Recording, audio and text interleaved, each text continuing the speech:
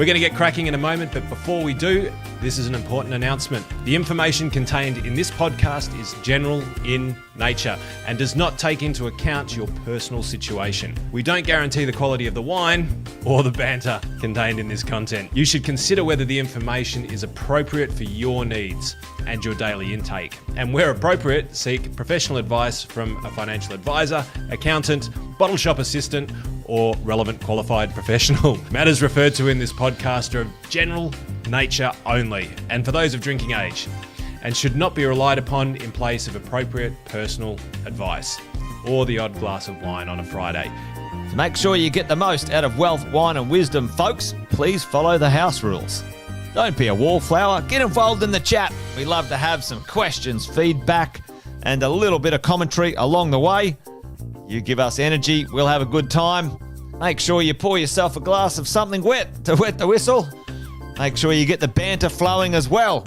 Doesn't matter what you're drinking, whether it's wine, our favourite, beer, coffee, maybe it's a cup of tea, water, or even juice. Keep that good energy flowing, folks. There's some house rules. If you don't put your name down, we don't know who you are, you're not coming in. Don't spam or advertise. This is our little game of cricket. This is all about debriefing the week, folks. What's going on out there in the world, and hopefully get you some sanity, maybe a bit of a chuckle at the end of the week, so we can all be on the same page and keep moving forward. Make sure you respect your fellow patrons, because we don't let any old muck in this place. And most of all, have some fun and enjoy this episode of Wealth, Wine and Wisdom.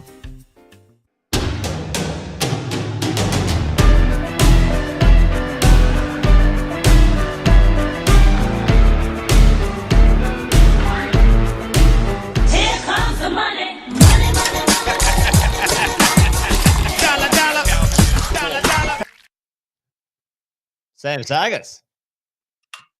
I tell you what, that intro's bloody cracking. I feel like I'm actually in a bar with you. That's amazing.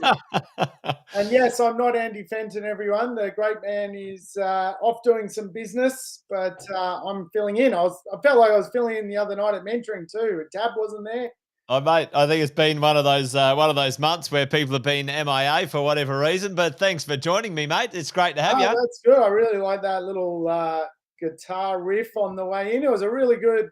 Yeah, wow, I'm in a jazz bar or something talking about economics. This is, and I've got the wine, so hey, happy Friday. You're all set up. Well, we've got a few people already logged in, Sam, so let's say a quick hello to a few of them. Alexis, good to have you here. What are you drinking tonight, Alexis? You got a bit of a mixer there. You got wine, spirits and beer going on. It could be good. I've always liked that name, Alexis. Mate, Bryce is grabbing a wine. That machine came along and sort of ruined the name, didn't it? It did. Alexis, turn on the lights. We've got, Kumi here. Hey, this is first time joining. Well, there you go, all the way from Bangalore. You normally live in Perth. Well, fantastic. Great to have you on the show today. We do have a few visitors flying by. Well, in the mornings, Sam, I have a regular from Florida. Kevin. You're right. Wow. Well, Bangalore, there you go. The old tuning in from the subcontinent. Wow, it's unbelievable. Well, it's good to see a mix of people. What time is it over there, Kumi? Let us know as we go. A few people have been able to drop by to grab a live, which is all. Got the hard tea, vodka and chili chocolate tea. That is pretty good. Kumi's flying planes around in different places and spaces. So fantastic. Well, listen, 11:45 a.m. So there you go.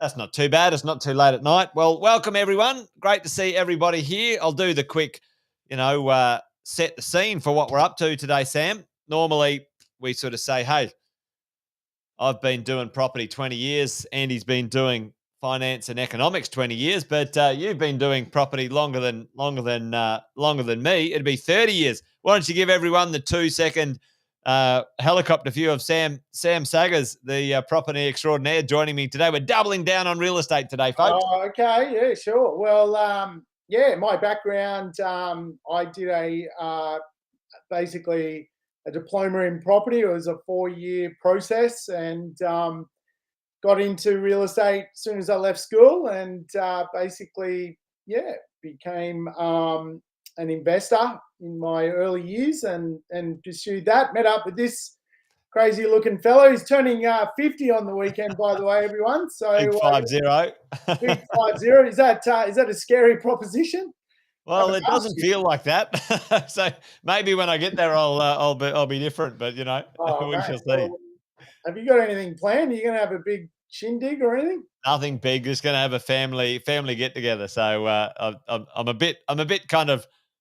I don't really like attention in that way, Sags, to be honest. Yeah, birthday parties can be a bit that way. Yeah. But anyway, we had our 20th, business 20th, just a month ago. That was kind of like a big party for everything, wasn't it?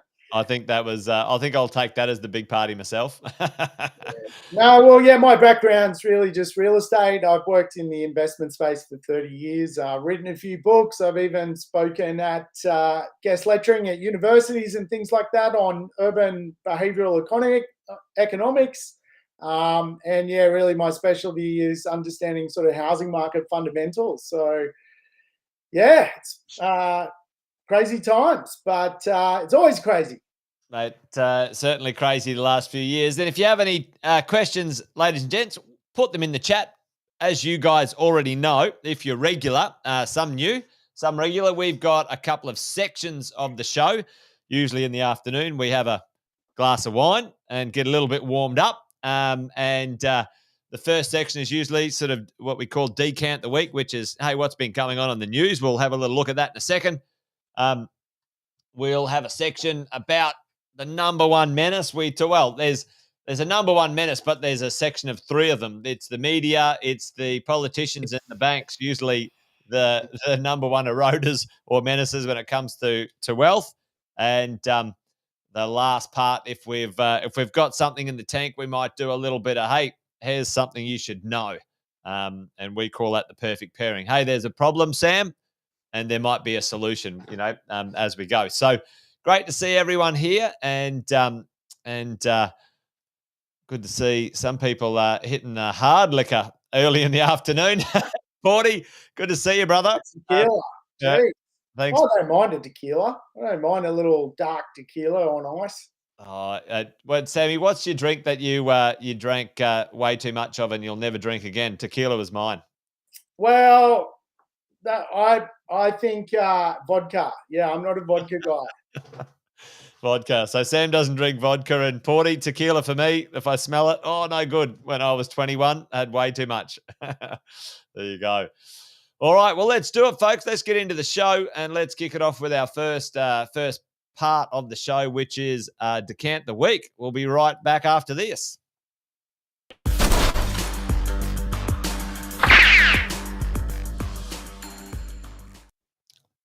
Well, Sammy, make sure you jump in whenever you feel you've got an opinion on this. I know you will have, but check this out, folks.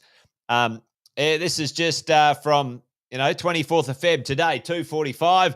The great housing crash, Sam. The great housing crash has stalled. Well, I'll tell you what, it's interesting, isn't it? The media will jump on anything as soon as they catch wind of something, they'll create a headline. But I tell you what, this was always going to be a mid-cycle slump. It was never going to be a crash. Crash is a pretty crazy word for where we're at the moment. It really is that sort of mid-cycle slump while everyone gets their head around to really get started again. And so, yeah, it's interesting though. They're starting to see what's underneath the hood of this thing, and it's really, a terrible undersupply, and everyone holding on to their real estate. Yeah, well, the idea that the market's crashing certainly isn't supported by any of the data, Sam. No matter which way you slice it, folks listening in, if you go, all right, well, let's start at a 0 point. Let's go, Jan 2020. If you have a look at this national wise, the average house price or home price growth, 30% up from 3 years ago. Now, I don't know about you. I wouldn't be calling this a crash, folks. There doesn't look like any crashes going on here. And if you have a look at, Brisbane and Adelaide, Sam, 40% up in the last 3 years. Those two towns, we had our eyes on for a while. Some adjustment in, the big kahunas when it comes to sort of Melbourne and Sydney. But maybe we'll dine out a little bit on Melbourne in a minute, because you and I have been talking about this for a while when it comes to, hey, why has Melbourne had, a little bit harder time of it when it comes to the property market? But certainly I don't see any crash there, folks. I don't know if anyone sees a crash in that data. Oh, well, let's go check someone else. We have a look at Core Logic and Domain. Here's the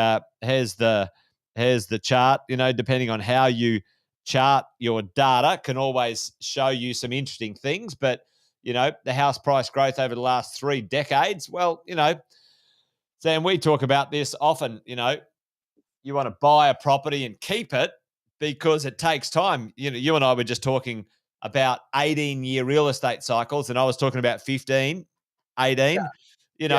This is what it's about, right? Yeah, well, absolutely, and that sort of positioning us to be in the mid-cycle kind of slump at the moment, because the cycle hasn't finished. Actually, the cycle is due to finish in 2026, starting again in 2027, and the next 18-year cycle will go from 27 to 45, which is crazy to think.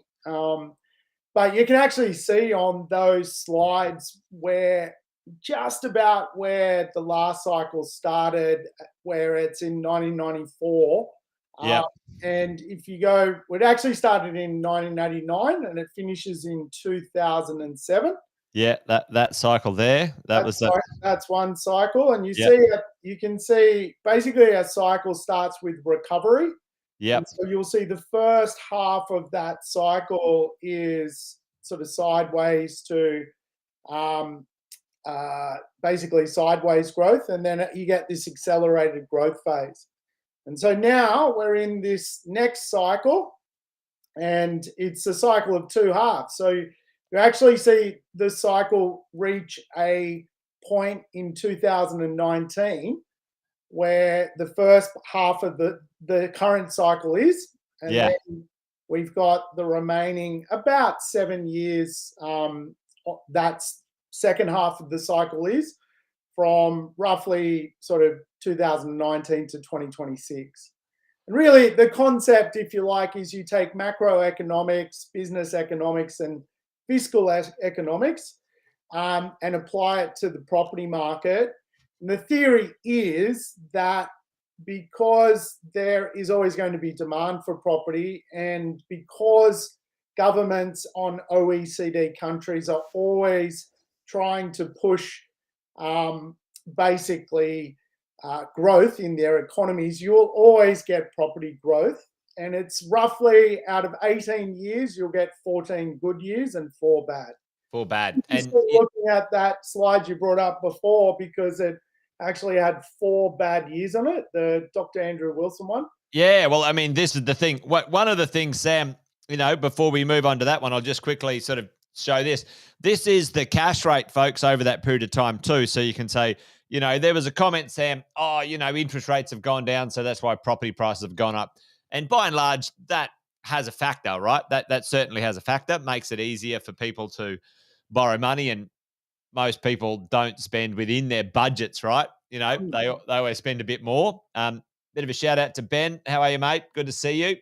Ben, we need to get together. I haven't seen you for months, mate. Hope you're well. Back at you.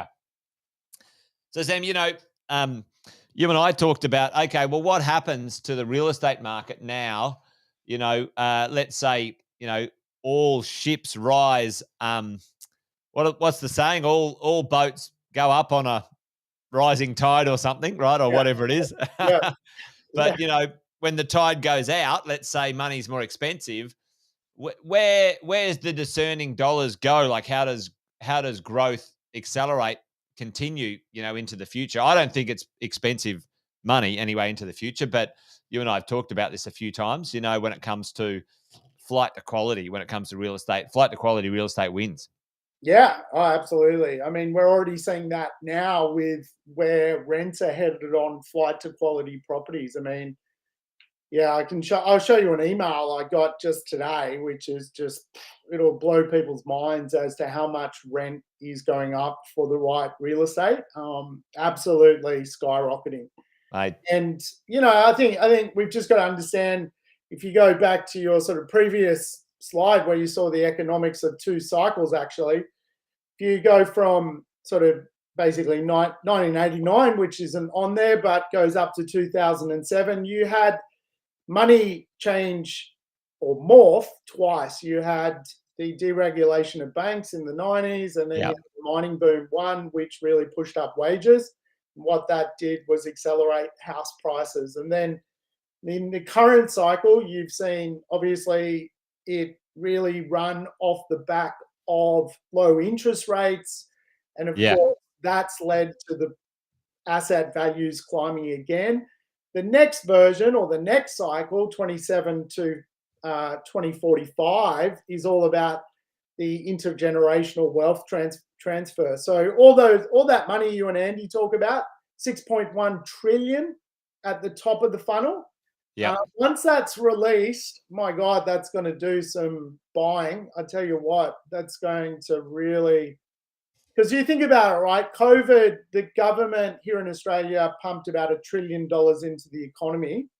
Yeah, I've got a stat on that one actually down here, but like we're talking 6.1 trillion. 6.1 trillion. As baby boomers basically reach life expectancy and pass on that wealth. So, because obviously it's quite often hard to fathom that an $800,000 property today can become 1.6. Yes. Or 1.6 can become 3.2. And the same thing was happening back in 1989. It was like, I remember you and me having a chat. It's over, Jace. It's over. Yeah. 200. We busted through 200,000, mate. It's not going to happen. We might as well shut up shop, right? Yeah. Yeah. So yeah, it's just the way it works. And really, it's financial engineering. It's the government that commands the economy, and obviously they make it harder in some places and loosen it up in others. And the theory of the 18-year cycle is just you're going to get a push me, pull me effect from government, because ultimately government needs houses built. Yeah. And puts money into that part of the puzzle. So, well, I mean, the Australian government's not a very, it doesn't play much outside the lines of property, mining, and banks and farming. Really, at the end of the day, like they're the big drivers. But we do. We've got an actual special guest. We might bring him on. He's flying by just to say hello, Fenton. My day is done. My day is done. No, I thought I'd just fly in and make sure that you guys are behaving or misbehaving. Well, we're trying to do that, Fenton. And when things were getting harder and looser and push me and pull me, I was thinking, oh my God, this has really gone down the toilet. Mate, you've made it. It's good. Have you got the wine? That is the question. Or are you being healthy and behaving down there, Fenton? That's what's going on. Tell everyone where you are. You're down in Sydney at Nissi, Nail It and Scale It training with the K2 community and Kerwin Ray. Few of the listeners will know that. Yep, day one of Nail It and Scale It with Kerwin Ray. We've got a great crowd down here, fully packed out the Wentworth.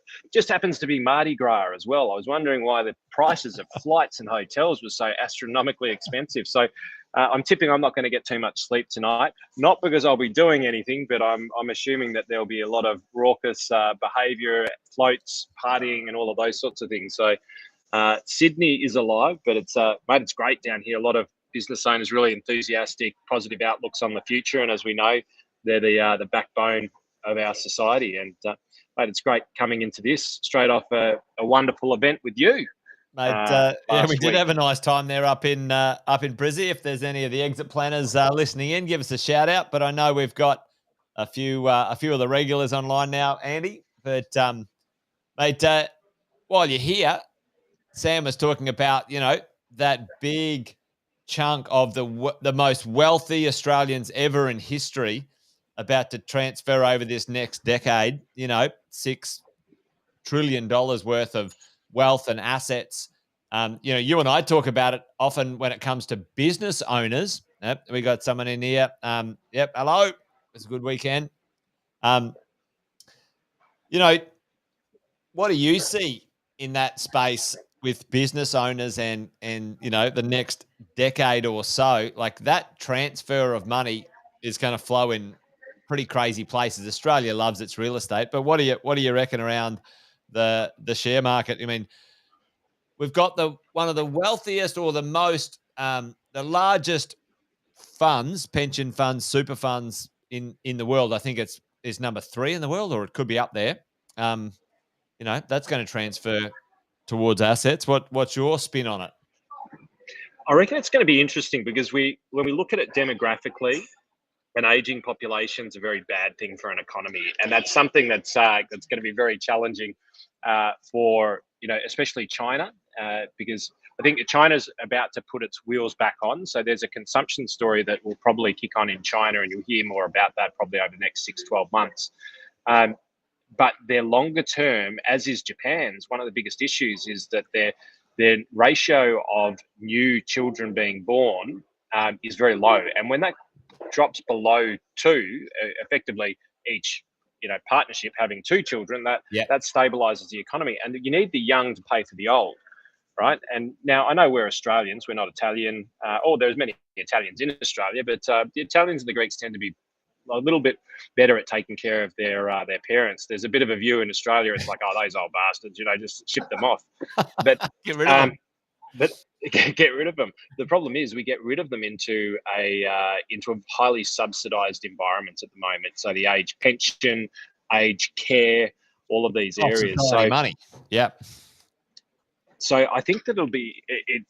I don't have a firm view on it as yet. The things that I'm kind of throwing around in my head is, yes, there's going to be massive asset transfer. I think Sammy was talking about, there's certain thresholds that you guys have seen real estate it's almost like a glass ceiling until it's not. And at the moment in Australia, 8,000 is kind of the glass ceiling here. When we see those transferences start to happen, those ceilings will be decimated. So, 2 things. We've got strong inflation at the moment, and everything rises to inflation unless one thing happens, which is deflation. And deflation is sort of the governments try and make sure that doesn't happen, so they manufacture the economy. Yep. Well, and so we've seen a rapid increase. Andy. Yeah, that's what I was saying the other day. Like, inflation and high interest rates at the moment is actually, like, if you think about it as a real estate investor, it's actually our best friend right now because our rents are skyrocketing. And I can tell you, when your rents go up, you're not going to drop them down when the interest rates finally go down and inflation's under control, folks, right? Now, tell me in the chat right now, give me a yes or a no. Anyone going to drop their rent $100 after inflation and the interest rates get under control? Yeah, well, I think inflation's almost pushing people to a financial like finish line. Like, rents are going up so hard. You're right. If it deflates, people aren't putting their rents down as much as they've gone up. So you're absolutely, if you own assets now like real estate, which has pricing power in the rent, I absolutely think you're going to be better off down the track for sure. You're in the driver's seat. Sonia's saying, nah, not happening. Not happening. Yeah, look, let me just, why would you? I'll quickly show you. This is from my property manager today. Quickly show you. You need to share your screen, Sammy. Sometimes I think people think we're bullshitting. We're not. Can you guys see that? Yep. Yep. And I blocked out people's names because I didn't want to have them televised. But hey, confirming that a lengthy conversation with blah blah blah informed her of the pending increase of $340 per week. Obviously, somewhat shocked by the news. Yada yada yada. That's real, folks. Like, that's what's happening in real estate at the moment. Like, that is just mind blowing as to, just how much that is for someone.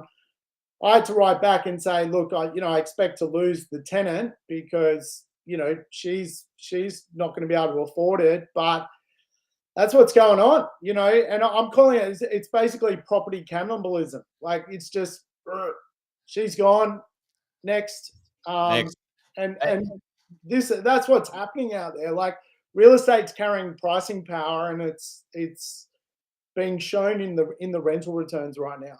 Yeah, and really at the end of the day, the challenging part for most landlords is like, well, my costs are still rising, and this is whoever sort of said this one is just like, hey, listen, it's good we can put our rents up, but for most of us, it's actually not even close to covering the cost of the interest rates that have been passed through, and so for sure, I say to most people out there, listen, you might feel bad, but you're not a charity.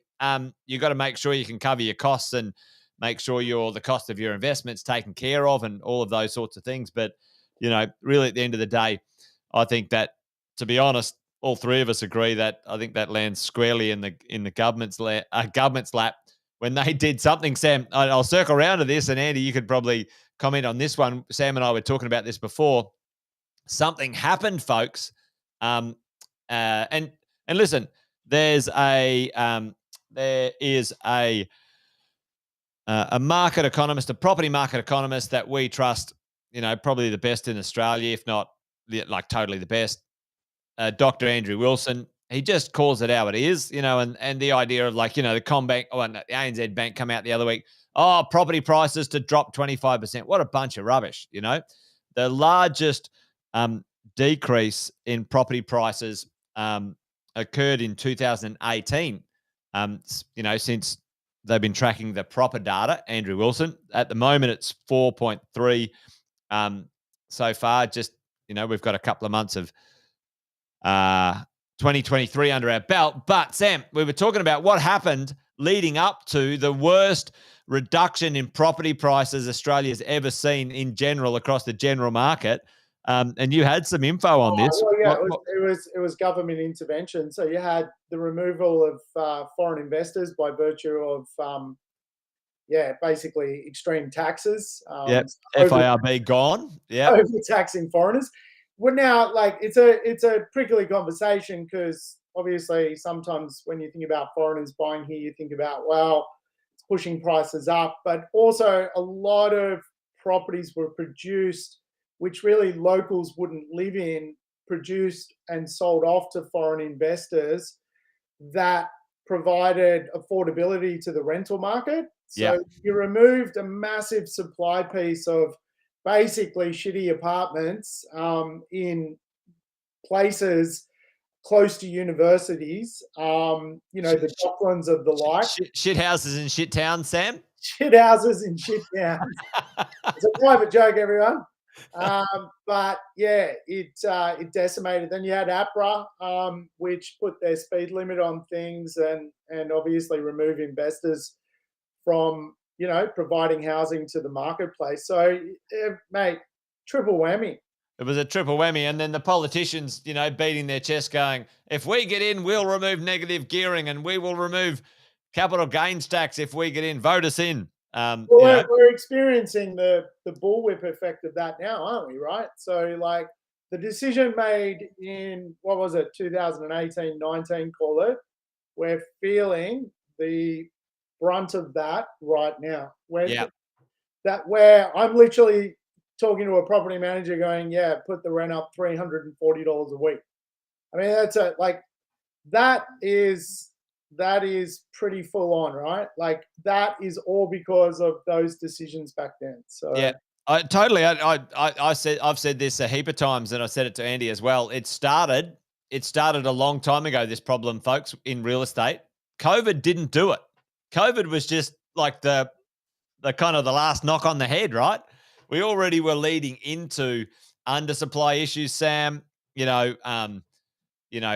property quality issues, all sorts, like production. I mean, we were talking to developers who were like, I'm not going to, I'm not going to launch projects because, and Well, we really haven't seen hyper supply since 2006, 7, 8, 9, when really we were doing deals where banks, liquidators, they were offering, 50 apartments, 40% off the purchase price.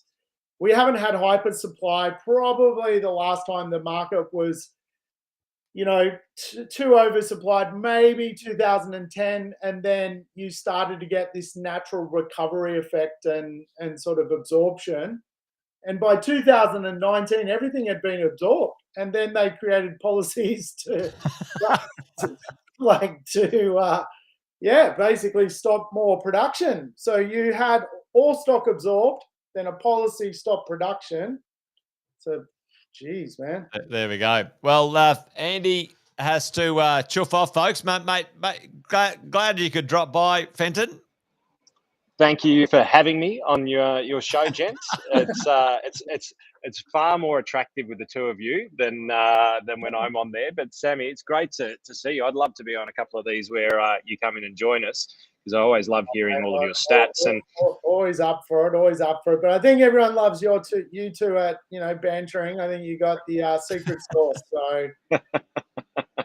Well, mate, it's a good threesome. But next week I'll be coming back. I've been catching up with a lot of our fund managers, talking all things inflation, rate hikes, all of that sort of jazz. Very similar to the context of the conversation you guys are having right here. So, Sam, it might be one that you want to chime in on, because I think that there's a lot of things that are lining up in equity markets which are really similar in your world. And Jace, mate, they've been saying pretty much the same things that you and I have been rabbiting on about probably for now about 6 months, and they're starting to jump on the bandwagon. So mate, they're tuning in, mate. They're listening up now, I reckon. I reckon they may well be. But lots to talk about around Reserve Bank action, Federal Reserve action, all of those sorts of things. So I'll look forward to sharing that with you guys next week and seeing everyone back there. But thanks for having me, and thanks for allowing me to pop in. Sammy, it's awesome to see you again, mate. And I guess from now, it's a good night from me. And it's a good night from him already. But don't go away, folks. I'll see you all next week. All right. Stay on. It's going to be gold with these lads. See you, mate. See you, mate. Mate, good to have. Oh, he's coming back. Wait, I thought you were leaving. Oh, he's gone now. Well, mate, the idea that we've got a supply issue is only being exacerbated right now. You and I were talking about this something, and also circling around on Melbourne, right? Circling around the property market in Melbourne. We've got a huge amount of people, immigration, either students coming back or new people coming to the country because we've got a labor shortage. This stuff is going absolutely bonkers right now when it comes to, the number of people entering a market. And Melbourne, when we go back to those stats, Sam, was a little bit quieter than the other one. If we go back here, we go, right, Melbourne had, a harder time of it when it came to growth.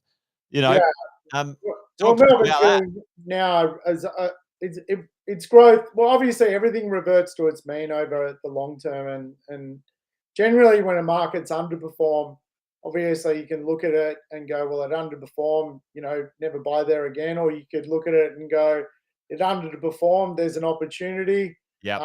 It's got more room for capital improvement. And really the way we look at the Melbourne market at the moment is its underperformance is actually its opportunity, and growth will probably be rear-loaded in the cycle rather than front-loaded, whereas the other markets have had more basically front-loaded growth over the last couple of years.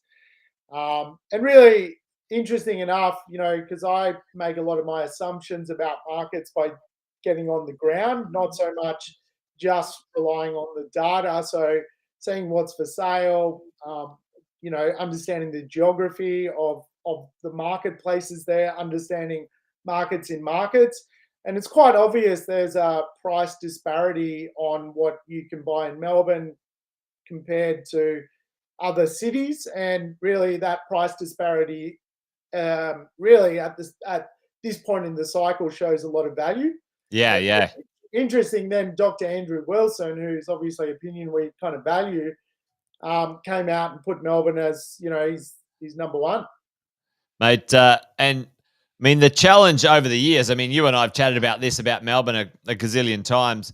You know, Melbourne often had a lower rental yield. It was always kind of like a percent behind, or, Oh yeah, you it's know, under-rented. yeah, it's It's got a rent under-rented. cap. Yeah. Yeah, yeah. And I think that's certainly on the radar to change sometime soon, folks, when it comes to, these markets.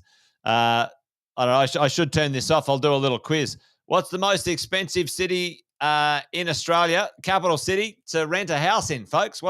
Sammy, do you know? You know this one off the top of your head? Oh, Put well, that mate, in the chat. The most expensive city. I hope you're not going to throw Darwin at me because I never looked at that place.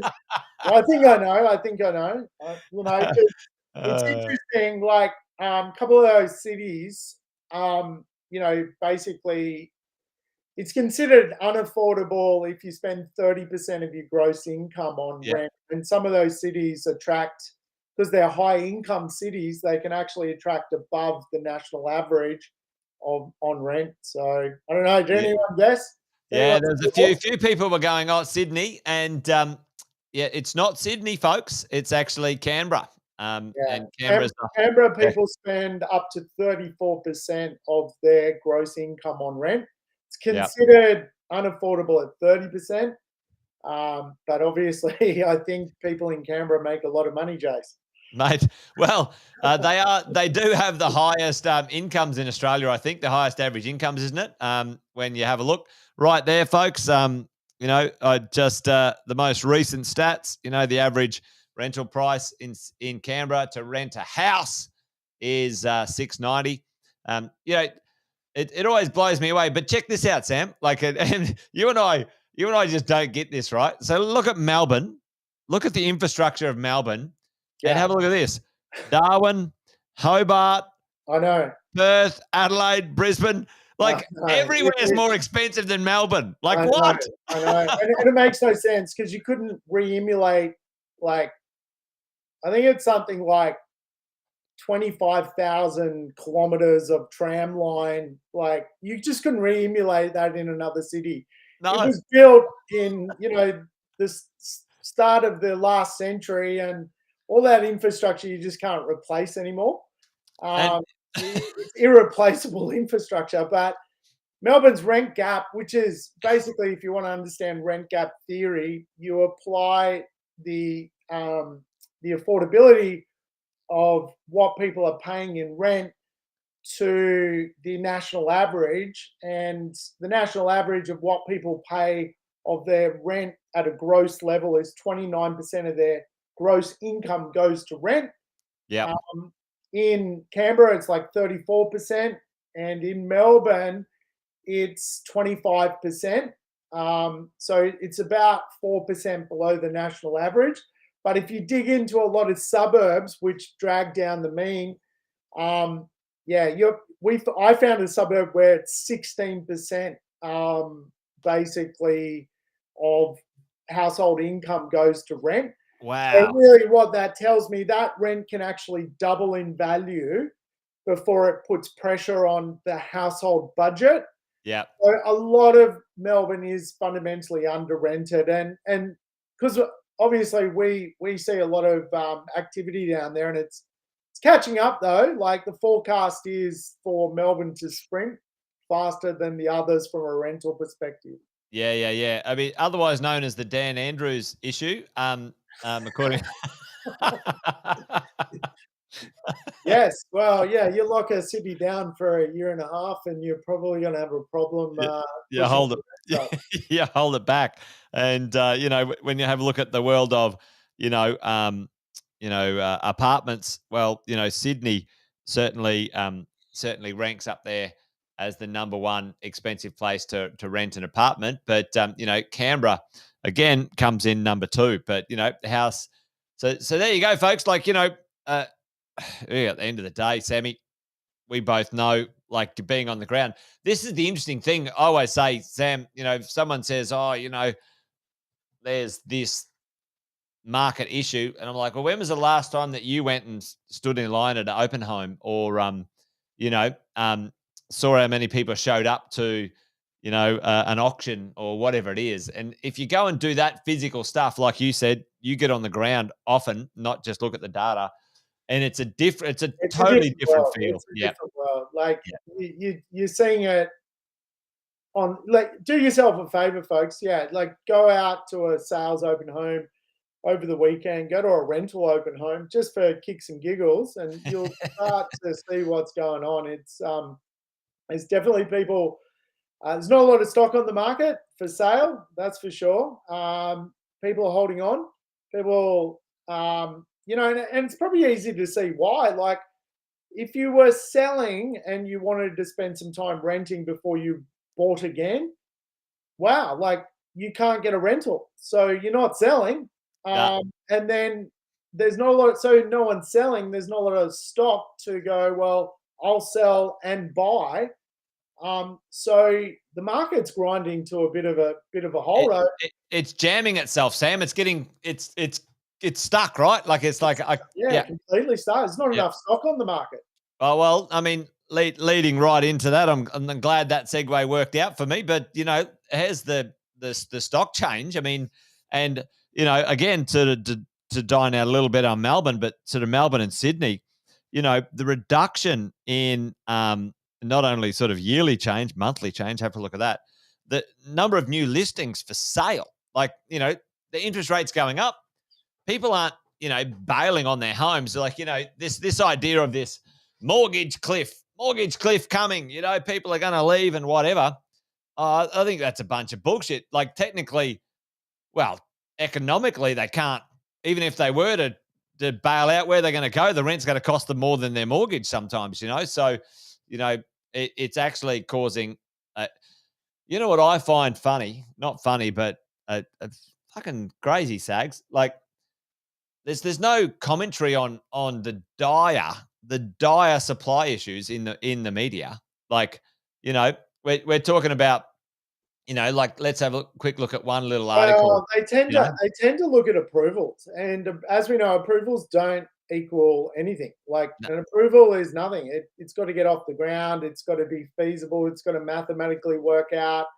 So I tend to see from media like, approvals which are down, but approvals is not actually, handovers when it comes to supply. No, and arguably, Sam, like we know many of the best producers of great quality property in Australia. I mean, fucking all of them. I mean, you've been doing this for 25 years. You know them all, and they're not saying, "Oh, Sam, it's the easiest time ever to deliver a piece of real estate." Like they're saying it's the hardest time I've ever had to Oh, deliver real estate on price and on budget on time. it's a nightmare. I Yep. caught up with one notable developer. He sits in the BRW top sort of 200, and basically his pipeline of stock is now so far backlogged that it's a real pickle. Like they just can't get stock onto the market quick enough because there's just so many moving parts. There's construction, government, sustainability constraints. There's Employment, like you got, employment. Like, mate, it's that you can't get the trades to build the stuff. you can't get it. And, like talk about Melbourne, for example, Brisbane, the largest public infrastructure project ever in Australia's history is underway in Melbourne, right? That's got nothing to do with real estate.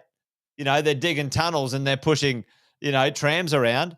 We've won the Olympics in Brisbane. Folks, we've got to deliver all this infrastructure. That's got nothing to do with housing.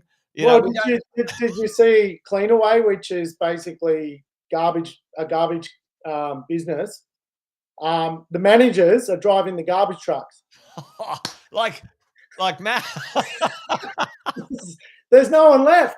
There's no one to fucking do the work. There's no one to do the work. It's unbelievable. So, like, that's a huge company. That's one of the biggest.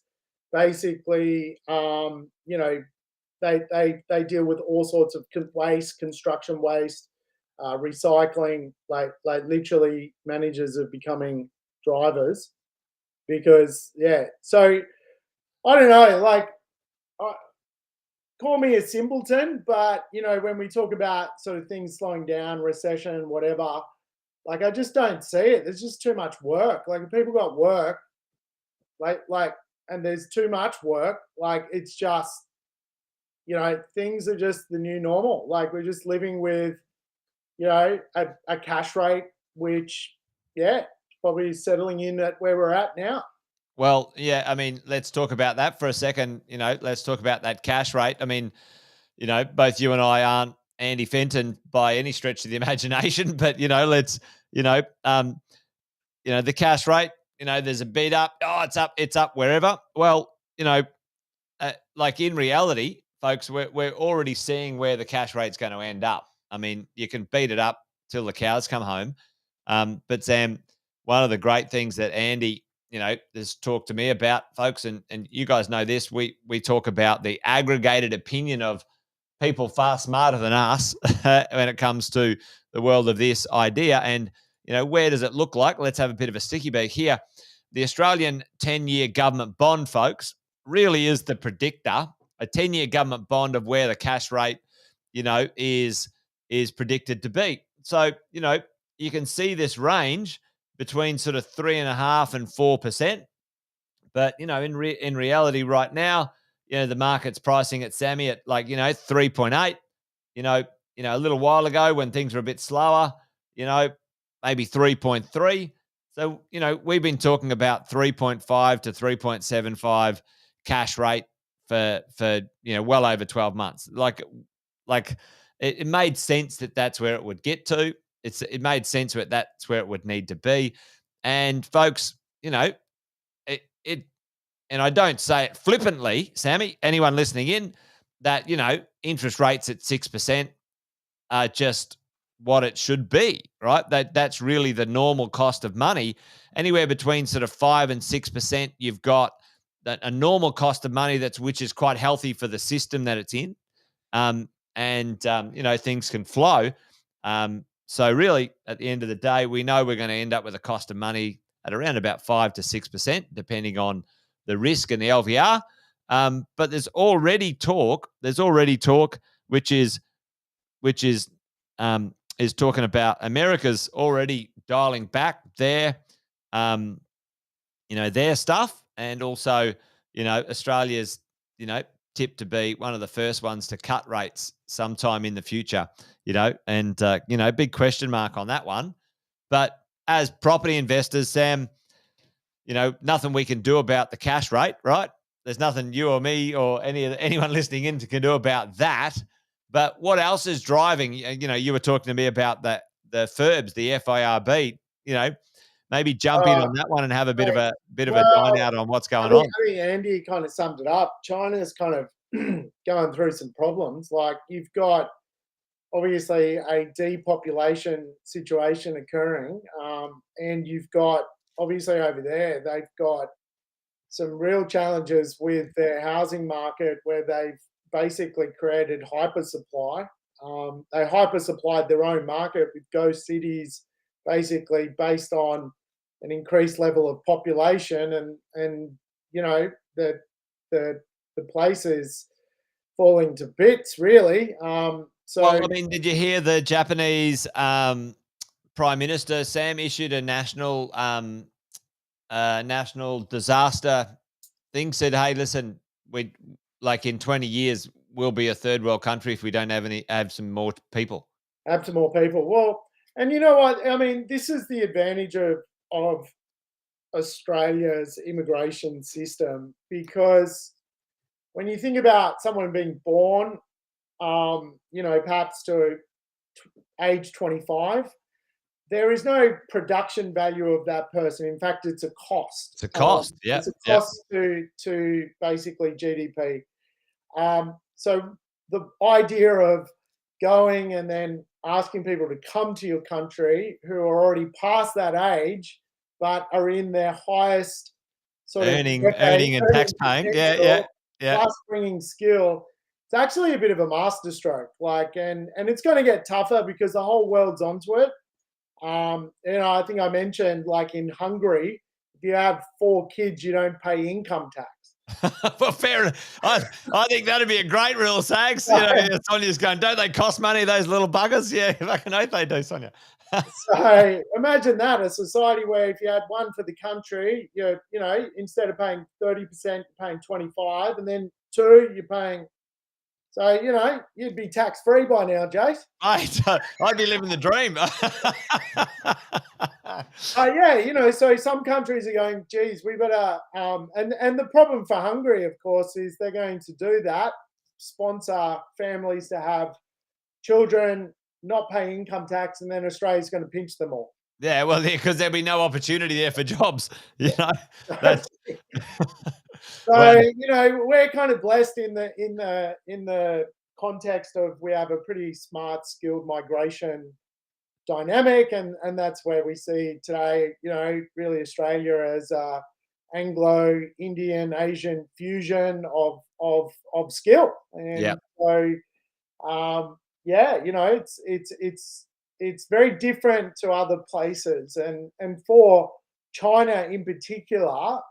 Like if you're Chinese and you're in the sort of middle class with a bit of money, you're not investing in Chinese property.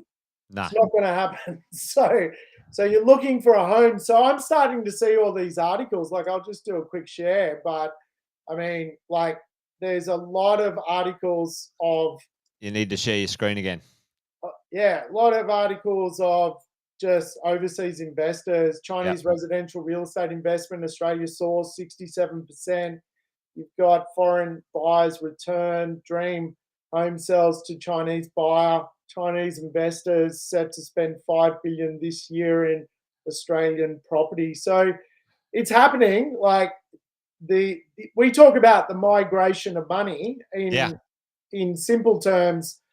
Locally in Australia. Yeah, but there's a migration of global money. Australia is a safe haven, and we're going to start to see a lot of that because the dollar is quite competitive to move money. The tax is what it is, but it's actually for a lot of overseas people now, with their kids coming here to learn. There's going to be a bit of a power back, I think, of that money coming into the economy. You and I know, anecdotally, only because we've got business interests in residential real estate and property management. Conversation the other day, one of our property sales team up in Brisbane, the student couldn't find an appropriate place to live, so the parent sent them $1 million and they bought an apartment. Yeah, that's what happened. which kind of blows our mind, It's just like, that's just, But there's obviously a lot of money around the world, and it's always looking for a safe place to be parked. And here in Australia, it's typically been a bit of a safe haven over the years for certainly, investors who live in Asian countries, particularly China. They're always trying to sort of move their money out and safe haven it here. Yeah, I mean, we're very stable as a country politically. We're very stable with our banking system, top 3 in the world. And at the end of the day, we've got a history of immigration successfully working for Australia. It's been, right from the outset. There you go. Well, Sammy, why don't we, we're moving to a close, but why don't we do one of our little segments called the Number One Menace? I've got something here. Maybe you and I can riff on it for a few minutes. Let's do it. I've never done the menace.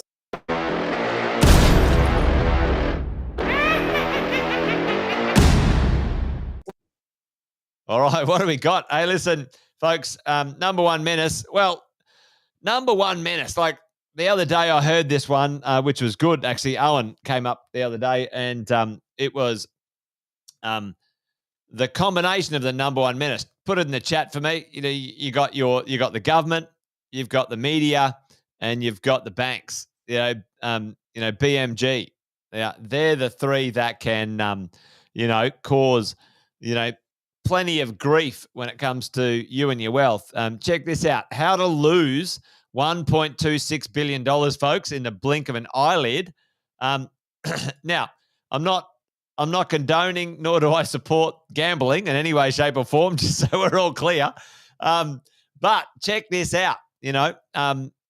The New South Wales government, Sam, we all know the story, got in a bit of a stoush with, the casino group and, decided that they were going to teach them a lesson. This is how I see it, folks. Anyway, so then the government says, you know what?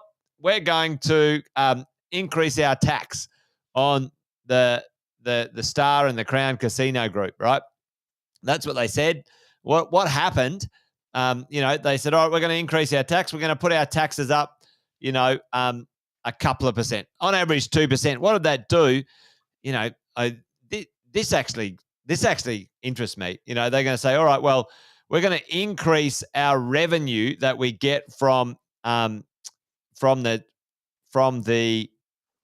casinos, 364 million. And check this out, Sam.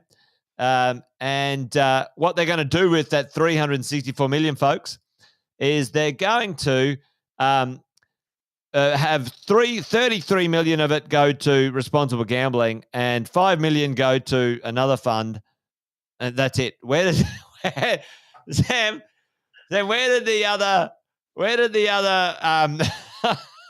300 million go? Wow. What? Like, did anybody just see that? They're like, just like,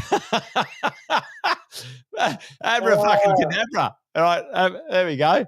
So there you go, folks. There's balance sheet maneuver 101. When it comes, we'll just put the taxes up. Boom, gotcha. Right. So anyway, the point is, folks. That is creative accounting, Alison. Right. And in plain sight too. So they said, we're going to raise $360 million worth of revenue, but we're going to spend $38 million over here. And everyone goes, oh, great idea. Fabulous. Nobody had a revolution on that. Anyway, so there you go. Number one menace at work. But this one is probably more prevalent, Sam. Trusts. Company and trust structures have been around since time immemorial. They were invented back in the olden days, back in the knights' days, back in, the common law from England and so on. Anyway, just only a little while ago, the ATO decides that they think they're tax evasion schemes and they're going to investigate them. It doesn't matter. Doesn't matter. We've been using them for fucking 200 years, or probably thousands of years if you go back to England. All right, they're going to have a look at anti-avoidance and tax avoidance, folks. So there you go. I think it's a scare campaign. We've had a chat to our accountants, and they've sort of said, listen, there is a 0.01% of a 0.1% chance that there could be something here, but just keep an eye on it, folks. This is creative. Yeah, I wonder. Yeah, exactly. If they look at themselves. And the other one, Sam, I saw today. How's this? The language around super. I saw Albanese interviewed, and he said, listen, folks, super is meant as something that can help the economy not pay for people in retirement. And hang on, it's like, hang on, no, super is like he was saying, it's meant for the government not to have a burden. And it's like, and they're lining up to tax it. Like, here's my call. Okay, yeah, it's actually not our money, according to. It's not our money. He basically said it's not your money. Like, what are you thinking of? What are you talking about? It's for the government, so you're not gonna. So we don't have to pay you so much in pension. And he's like, we're thinking we might change the rules. And I'm like, fuck, did anyone just hear that? Like, holy moly!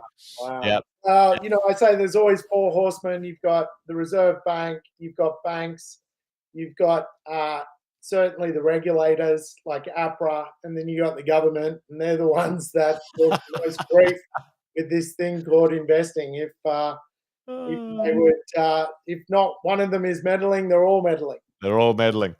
Yeah. Well, listen, mate. I think we might call it done and dusted, folks. Mate, that went a lot faster than I thought. I quite enjoying hanging out with you today, doubling down on the property world. Yeah. Well, mate, happy birthday for the weekend. Appreciate it. You old man. The big 5-0. Mate, how far are you behind? You're only 5 years behind, aren't you? I know. The weird thing is, like, I don't know, like 70 years ago, we would have about 8 years to go. Do you know what I mean? Like, I think superannuation or the pension began in like 1895, and they made the life expectancy to get the pension 65, but the pension was at 65, but the life expectancy was 58. 58, yeah. It's like they're not going to get it, so that's okay. Oh, well, awesome, mate. No, Mate, I only feel like we're just getting started. Halfway there, Sags. Well, mate, great to have you on the show. yeah. Give Sam a bit of a shout out, folks. Thanks for joining us, No Sags. worries. No Love worries. to have you back Thank again. next week. Yep. All right, we're done and dusted, folks. Thanks for hanging out, and thanks for the birthday wishes.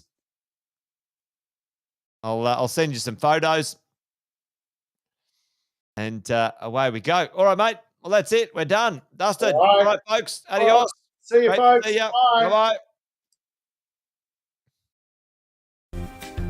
Thanks for watching another episode of Wealth, Wine and Wisdom. Make sure you like, subscribe, and turn on the notifications so you never miss a thing, folks. We'll look forward to seeing you next time. Debrief the week with Wealth, Wine and Wisdom. Every Friday at 5 p.m. Victoria and New South Wales time. We know that Queensland, South Australia, WA have different time zones, as does Darwin, but we're sure that you can do the calculations, depending on whether it's daylight savings or not. You can also catch up on all the episodes wherever you get your podcasts.